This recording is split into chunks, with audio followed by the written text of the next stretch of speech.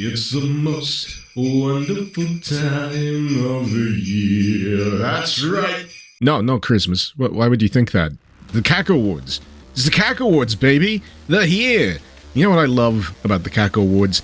It forms this wonderful, concise catalog of all of the really good stuff that you might have missed during the course of a year. It really is. I mean, it's not definitive. It's not the be-all and end-all. After all, it is the opinions of a bunch of people made manifest in the form of a list. But at the very least, you can be assured that these aren't just some simple arbitrary picks. Most of these come accompanied with delightful comprehensive write-ups as to why they deserve that particular slot. But even then, it's not just all about the winners, there's also the runners-up, which in their own right often turn out to be downright fantastic creations. For me, personally, the Cacowards fulfill two vital functions. Firstly, they fill out a few of my blind spots in terms of things I may have missed and things that I may want to check out in future. I'll often put together a folder of Cacoward picks and earmark a few things for streams or future videos. And the second, arguably most important function of the Cacowards is that it helps reinforce that smug sense of self-satisfaction I get from knowing that my opinions are objectively correct.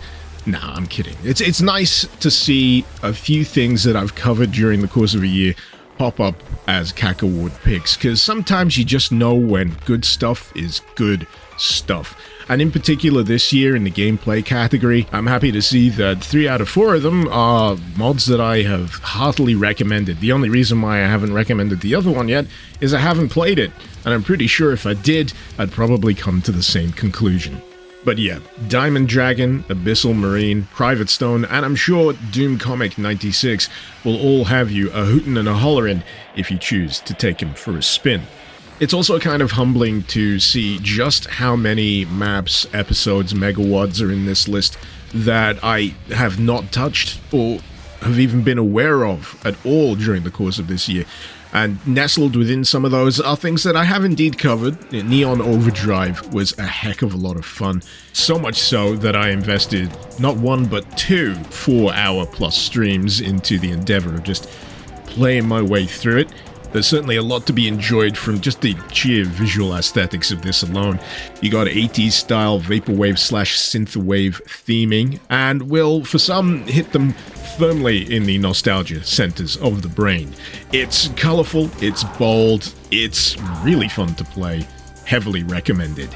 Another one throughout the course of the Cacowards that I spotted was Amalgam. This turns up in honorable mentions. Nice to see it there. During the playthrough of it, I did remark that I feel like this is going to be a Cacoward pick, so it's very nice to see it here.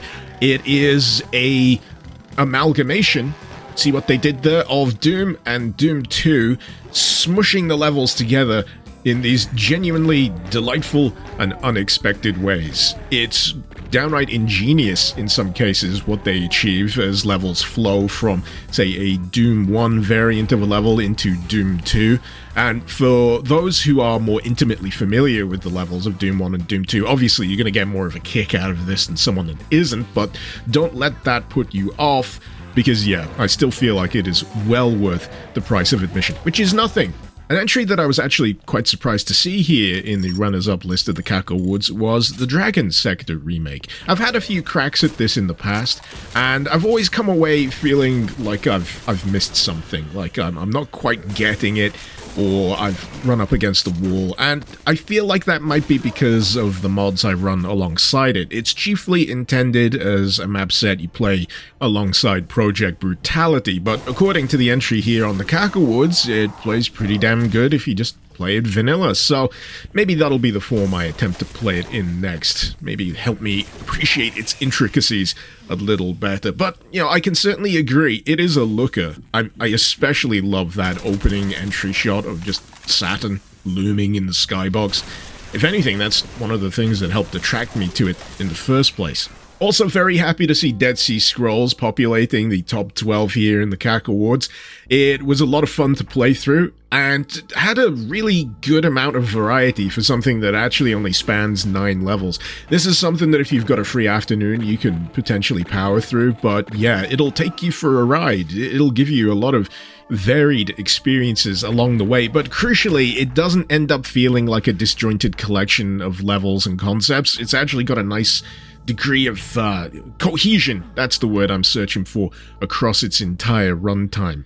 But yeah, I don't want to yak about it too much because yeah, that'll spoil part of the joy, and yeah, it's definitely something I'd easily recommend. An interesting category I've spotted this year in the Cacowards is soundtrack. This is the Dutawards section, and it's just nice to see the soundtracks and soundscapes of these varied mods being celebrated, because in some cases these are the other half of the equation, the other half of the experience, and without them a map set may just be sacrificing a whole chunk of its personality. Sure, it might still be good, great even, but you can't argue that symbiosis of soundtrack and visual is often what can tip a project off into becoming tremendously memorable. So yeah, I'm happy to see this celebrated, especially for the OST of Bitter Dream, a wonderful map set in its own right with some really interesting design quirks in terms of how it utilizes patches of skybox to have these hazardous sections of floor. It's a real interesting visual design language to it, and one that as a unified whole, visual and sound alike, will put you into this nice kind of flow state headspace. But as I said earlier, it's kind of humbling seeing the sheer amount of things here in the Cacowards that I have yet to play.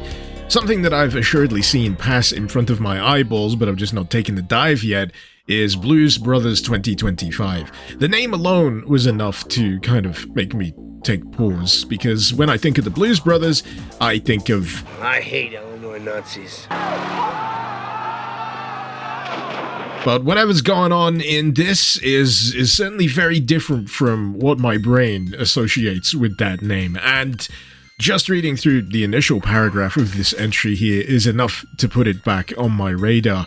I mean, the concept of the pistol being replaced with a remote control that doesn't do damage but activates certain objects, a starter weapon that's now a plasma rifle, and projectile hell, yep, you know what, sure, stick it on the list, looking forward to giving it a crack. Another one that I was surprised to see was Below the Gaudy Goblin.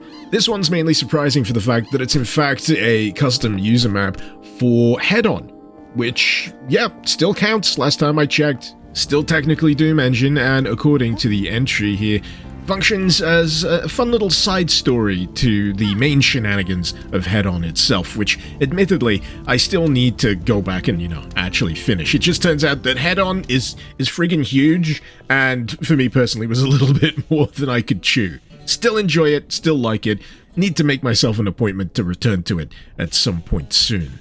And to round out this trio of things that more immediately stood out to me that I've not yet experienced, Crimson Horror looks real nice. Just from the screenshot alone on the page, and just the language used to extol its virtues on the Cacoward entry here has, completely won me over. So, yep, that's going in the folder. I mean, let's be honest here, almost everything on the Cacowards this year is going in the folder of things I need to play. It's just the way it's done. But yeah, I just thought I'd yap a bit about the Cacowards. It's always a lovely time of the year when this comes out, because it is a big, fat celebration of just the sheer creativity of the Doom modding community. It's a fantastic springboard for anyone who's new to Doom modding to just dive in and get going, and who knows, may even provide inspiration for next year's crop of Cacoward candidates. But until then, you could do far worse than give this here channel a subscribe if you're not already. I cover Doom mods on the fairly regular, as well as mods from further afield. And if you'd like to get your hands on fresh videos from me before anyone else, well, that's where YouTube memberships come in, as well as Patreon, if you so choose. But until next time, this has been Mr. Icarus. Thank you very much for watching. Icarus out.